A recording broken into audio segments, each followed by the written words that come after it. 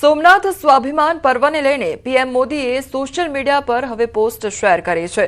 પ્રધાનમંત્રી મોદીએ સોશિયલ મીડિયામાં પોસ્ટ કરી છે। પીએમ મોદીએ લખ્યું છે કે જય સોમનાથ। સોમનાથ સ્વાભિમાન પર્વ આજથી શરૂ થાય છે। 1000 વર્ષ પહેલા જાન્યુઆરી 1026માં સોમનાથ મંદિર પર તેના ઇતિહાસમાં પહેલો હુમલો થયો હતો। 1026નો હુમલો અને તે પછીના અનેક હુમલાઓ આપણી શાશ્વત શ્રદ્ધાને ડગાવી શક્યા નહીં। તેના બદલે તેમણે ભારતની સાંસ્કૃતિક એકતાની ભાવનાને મજબૂત બનાવી અને સોમનાથનું વારંવાર નવીનીકરણ થતું રહ્યું। તો પીએમ મોદીએ સોમનાથની જૂની મુલાકાતોની કેટલીક તસવીરો પણ શેર કરી છે।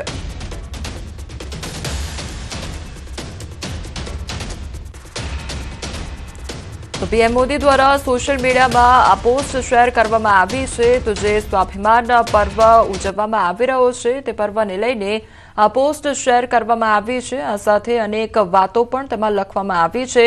કેટલીક જે જૂની મુલાકાતો છે તે પણ યાદ કરવામાં આવી અને તેની પણ તસવીરો પીએમ નરેન્દ્ર મોદી દ્વારા સોશિયલ મીડિયા એક્સ પર પોસ્ટ કરવામાં આવી છે। તો સોમનાથમાં સ્વાભિમાન પર્વની આજથી શરૂઆત થવા જઈ રહી છે ત્યારે તેની ઉજવણી કરવામાં આવી રહી છે। ત્યારે આ અલગ અલગ તસવીરો પીએમ નરેન્દ્ર મોદી દ્વારા સોશિયલ મીડિયામાં શેર કરવામાં આવી છે, જેમાં જે જૂની મુલાકાત તેમના દ્વારા કરવામાં આવી હતી, સોમનાથ ખાતે તેઓનું આગમન થયું હતું અને એ બધી જ યાદો તેમના દ્વારા તાજા કરવામાં આવી છે અને તમામ જે તસવીરો છે તે આજે તેમના દ્વારા સોશિયલ મીડિયા એક્સ પર પોસ્ટ કરવામાં આવી છે। આ સાથે જે સ્વાભિમાન પર્વની આજથી શરૂઆત થઈ છે અને ઉજવણી કરવામાં આવી રહી છે તે અંગે પણ તેમના દ્વારા સોશિયલ મીડિયા એક્સ પર લખવામાં આવ્યું છે અને આ સાથે જૂની યાદો પણ તાજા કરવામાં આવી છે।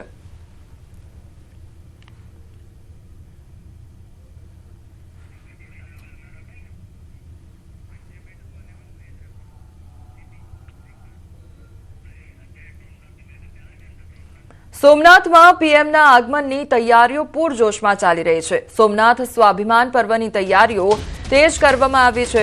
તો સ્વાભિમાન પર્વમાં શિવ ભક્તોને આવકારવા સોમનાથ સજ્જ બન્યું છે। પ્રધાનમંત્રી નરેન્દ્ર મોદીની ઉપસ્થિતિમાં યોજાનાર શૌર્ય યાત્રા અને શૌર્ય સભા સહિત સોમનાથમાં શિવ ભક્તોને આવકારવા સુશોભન સાથે માર્ગો શણગારવામાં આવ્યા છે। તો 3 દિવસીય સ્વાભિમાન પર્વની પૂર્વ સંધ્યાએ સોમનાથમાં આ નજારો 1000 વર્ષથી પ્રજ્વલિત થતી અતૂટ, મજબૂત અને વિરાટ આધ્યાત્મિક ચેતનાને ઉજાગર કરે છે। મહત્વનું છે કે 8 થી 10 જાન્યુઆરી સુધી સ્વાભિમાન પર્વની શ્રદ્ધાભેર ઉજવણીનો પ્રારંભ થયો છે। સોમનાથ સ્વાભિમાન પર્વ અતૂટ આસ્થાના 1000 વર્ષ નિમિત્તે સોમનાથમાં ઉજવણી કરવામાં આવી રહી છે। તો પ્રધાનમંત્રી મોદી 10 અને 11 જાન્યુઆરીના રોજ સોમનાથમાં સોમનાથ સ્વાભિમાન પર્વ નિમિત્તે ઉપસ્થિત રહેશે। સોમનાથ સ્વાભિમાન પર્વની પૂર્વ સંધ્યાએ રાજ્ય સરકારના માર્ગદર્શન હેઠળ સમગ્ર સોમનાથ વિસ્તારમાં તમામ તૈયારીઓ પૂર્ણ કરવામાં આવી છે। તો સોમનાથના આ દ્રશ્યો સામે આવ્યા છે કે જ્યાં પીએમ મોદીના આગમન પહેલા જે તમામ તૈયારીઓ છે તે પૂરજોશમાં ચાલી રહી છે। તો બીજી તરફ આજથી જે સ્વાભિમાન પર્વ છે તેની શરૂઆત થઈ રહી છે। 8 થી 10 તારીખ સુધી આ જે સ્વાભિમાન પર્વ છે તેની ઉજવણી કરવામાં આવી રહી છે। આ સાથે અત્યારે આખા સોમનાથમાં સાજ શણગાર પણ કરવામાં આવ્યો છે। તમામ જે માર્ગો છે તેને પણ શણગારી દેવામાં આવ્યા છે। જાણે સોમનાથમાં તહેવાર હોય તે પ્રકારના દ્રશ્યો અત્યારે જોવા મળી રહ્યા છે। તો બીજી તરફ પીએમ મોદીના આગમનને લઈને પણ તમામ તૈયારીઓ પૂર્ણ કરવામાં આવી છે।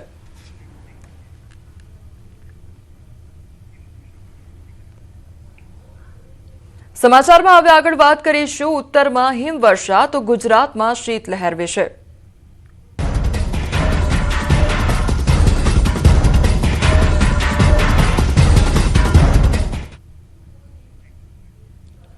રાજ્યમાં આગામી દિવસોમાં પણ ઠંડીનું જોર યથાવત રહેશે ત્યારે ઠંડી અંગે હવામાન વિભાગે આગાહી કરી છે।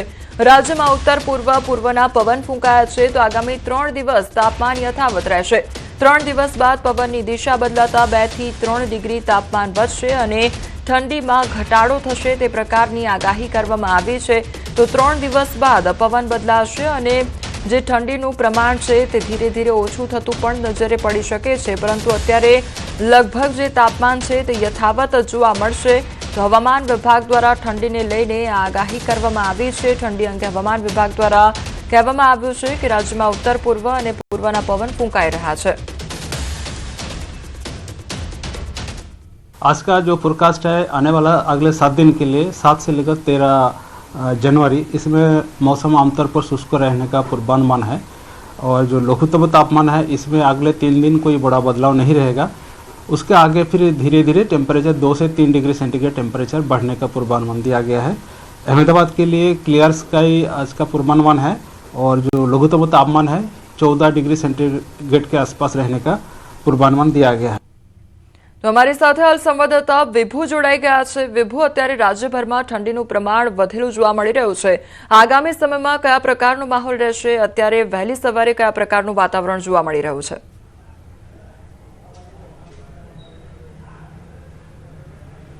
કોમલ, અત્યારે રાજ્યમાં શીતલહેર છે તે ફરી વળી છે અને અત્યારે ઉત્તર પૂર્વના પવનો ફૂંકાતાની સાથે જ લઘુત્તમ તાપમાન ગગડે અને 9 ડિગ્રીએ પહોંચી ગયું છે અને જેના કારણે લોકો ઠંડીનો અહેસાસ કરી રહ્યા છે। જો કે બેવડી ઋતુનો પણ અહેસાસ કરી રહ્યા છે, કારણ કે અત્યારે ઉત્તર પૂર્વના પવનો હોવાને કારણે વહેલી સવારે ઠંડીનો અનુભવ થઈ રહ્યો છે, સાથે જ બપોર થતાની સાથે ગરમીનો પણ અનુભવ થઈ રહ્યો છે। મહત્તમ તાપમાન છે તે ઊંચું નોંધાઈ રહ્યું છે અને અત્યારે લઘુત્તમ તાપમાન પણ સામાન્ય કરતાં ઊંચું હોવાના કારણે ડબલ ઋતુનો અહેસાસ થાય છે। પરંતુ હવામાન વિભાગનું અનુમાન છે કે આગામી 2 દિવસ છે તાપમાન યથાવત રહેશે, એટલે કે 9 થી 10 ડિગ્રી આસપાસ નલિયાનું તાપમાન નોંધાશે અને 48 કલાક બાદ 2 થી 3 ડિગ્રી તાપમાન છે તે વધારો થશે, કારણ કે પવનની દિશા છે તે બદલાશે, પૂર્વના પવનો ફૂંકાશે અને જેના કારણે ફરી એક વખત ગરમીનો અહેસાસ થશે। એટલે કે વારંવાર પવનની દિશા બદલાઈ રહી છે અને જેની સ્થિતિ અસર ઋતુઓ ઉપર જોવા મળી રહી છે। જે વિભુ, સમગ્ર માહિતી બદલ આપનો આભાર।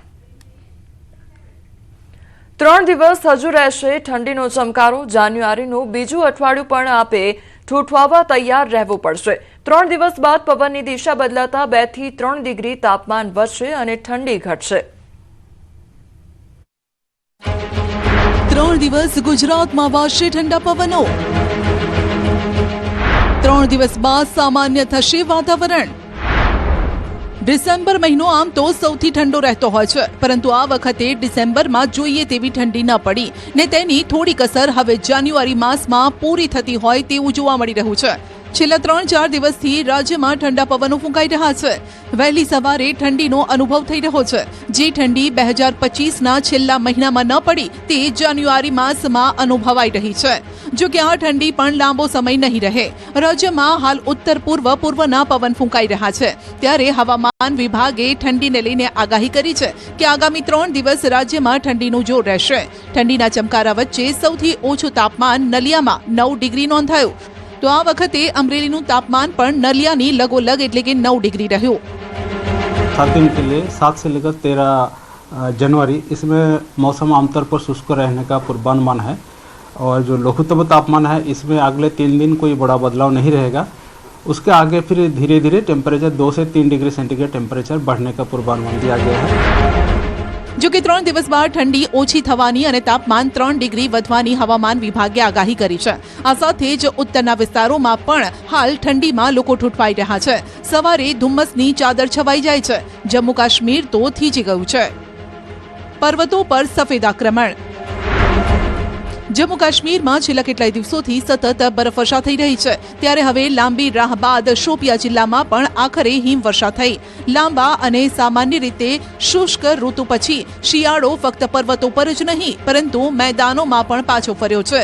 લોકો માટે ખૂબ જ જરૂરી રાહત અને આનંદ અને નવી શરૂઆતનો અહેસાસ પણ થઈ રહ્યો છે, જે આ ક્ષણની લોકો આતુરતાથી રાહ જોઈ રહ્યા હતા। રસ્તા પર જામ્યો બરફ। જમ્મુ કાશ્મીરમાં ફરી હવામાનમાં બદલાવ આવ્યો છે અને હિમવર્ષા શરૂ થઈ છે। કોકરનાગ અને અનંતનાગના ઉપરના ભાગોમાં બરફવર્ષા થઈ છે। વાલુ, ડાકસુમ અને અન્ય વિસ્તારોમાં પણ હિમવર્ષા ચાલુ છે। રોડ પર પાર્ક કરેલી ગાડી પર બરફના થર જામેલા જોઈ શકાય છે। રોડ પર રસ્તા પર બરફ પથરાઈ ગયો છે। રસ્તાઓ કરવા પડ્યા બંધ। જમ્મુ કાશ્મીરમાં થયેલ હિમવર્ષા બાદ રોડ રસ્તા પર બરફ જામી ચૂક્યો છે, જેના કારણે અવરજવરમાં મુશ્કેલી પડી છે। મુઘલ રોડ પર પીર કી ગલી ખાતે બીઆરઓ દ્વારા બરફ હટાવવાનું કામ શરૂ કરાયું છે। પૂંછમાં ઊંચાઈવાળા પીર કી ગલી પાસ પર તાજી હિમવર્ષા બાદ ઐતિહાસિક મુઘલ રોડ બંધ થઈ ગયો। બરફ સાફ કરવા માટે ટ્રાફિક પુનઃસ્થાપિત કરવા માટે બીઆરઓ ટીમ તહેનાત કરાઈ। જ્યારે કે મુસાફરોને સલાહ અપાઈ છે કે જ્યાં સુધી રસ્તા પરથી બરફ ન હટે અને રસ્તો સુરક્ષિત જાહેર ન કરાય ત્યાં સુધી તેઓ મુસાફરી કરવાનું ટાળે. પહલગામમાં ઠંડીએ ધ્રુજાવી દીધા. હવામાન વિભાગની આગાહી બાદ કાશ્મીરના પહલગામના આરુ ઘાટીમાં હિમવર્ષા શરૂ થઈ.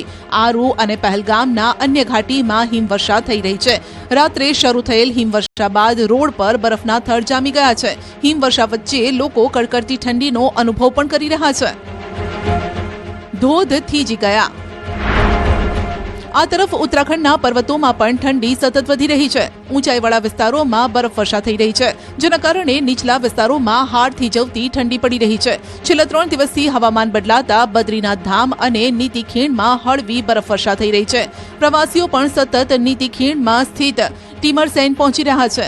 એટલી હદે ઠંડુ વાતાવરણ છે કે અહીંના તમામ કુદરતી ધોધ પણ થીજી ગયા છે.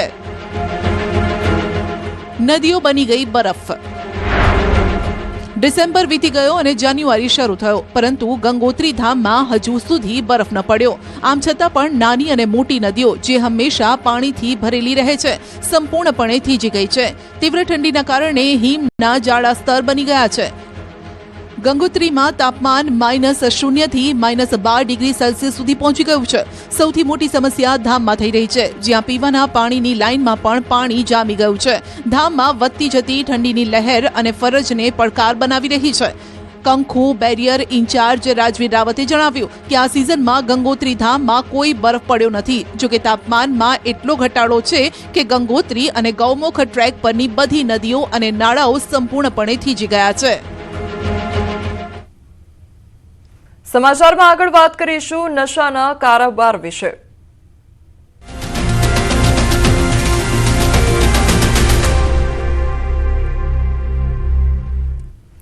દાહોદ પોલીસ પર ફરી એકવાર હુમલાની ઘટના સામે આવી છે. દારૂની રેડ કરવા ગયેલી પોલીસ પર હુમલો કરી દેવામાં આવ્યો છે. બુટલેગરના ઘરે રેડ કરતા બુટલેગરે ઉશ્કેરાઈને પોલીસ પર હુમલો કરી દીધો. દાહોદની રૂરલ પોલીસ રડિયાતી ગામે દારૂની રેડમાં ગઈ હતી. બુટલેગરે કુહાડી વડે પોલીસ કર્મચારી પર હુમલો કરી દીધો, તો પોલીસ કર્મચારીને માથાના ભાગે બુટલેગરે કુહાડી મારી અને દાહોદના ઝાયડસ હોસ્પિટલમાં આજે ઇજાગ્રસ્ત પોલીસકર્મી છે તેમને સારવાર હેઠળ ખસેડવામાં આવ્યા છે. ઇજાગ્રસ્ત પોલીસકર્મીને માથાના ભાગે ટાંકા પણ આવ્યા છે, તો પોલીસ પર હુમલો કરી હુમલાખોર બુટલેગર ત્યાંથી ફરાર થઈ ગયો છે. તો દાહોદનો આ મામલો સામે આવ્યો છે કે જ્યાં બુટલેગર દ્વારા જે પોલીસ કર્મચારી છે તેના પર હુમલો કરી દેવામાં આવ્યો છે. તો પોલીસ કર્મીઓ રેડ કરવા માટે ગયા હતા અને તે દરમિયાન બુટલેગર જે છે તે ઉશ્કેરાઈ ગયો હતો અને તેના દ્વારા પોલીસકર્મી પર હુમલો કરવામાં આવ્યો. તો પોલીસકર્મીને માથાના ભાગે ટાંકા પણ આવ્યા છે. તો પોલીસકર્મીને સારવાર અર્થે ખસેડવામાં આવ્યા છે અને ઝાયડસ હોસ્પિટલ બહાર સારવાર લઈ રહ્યા છે.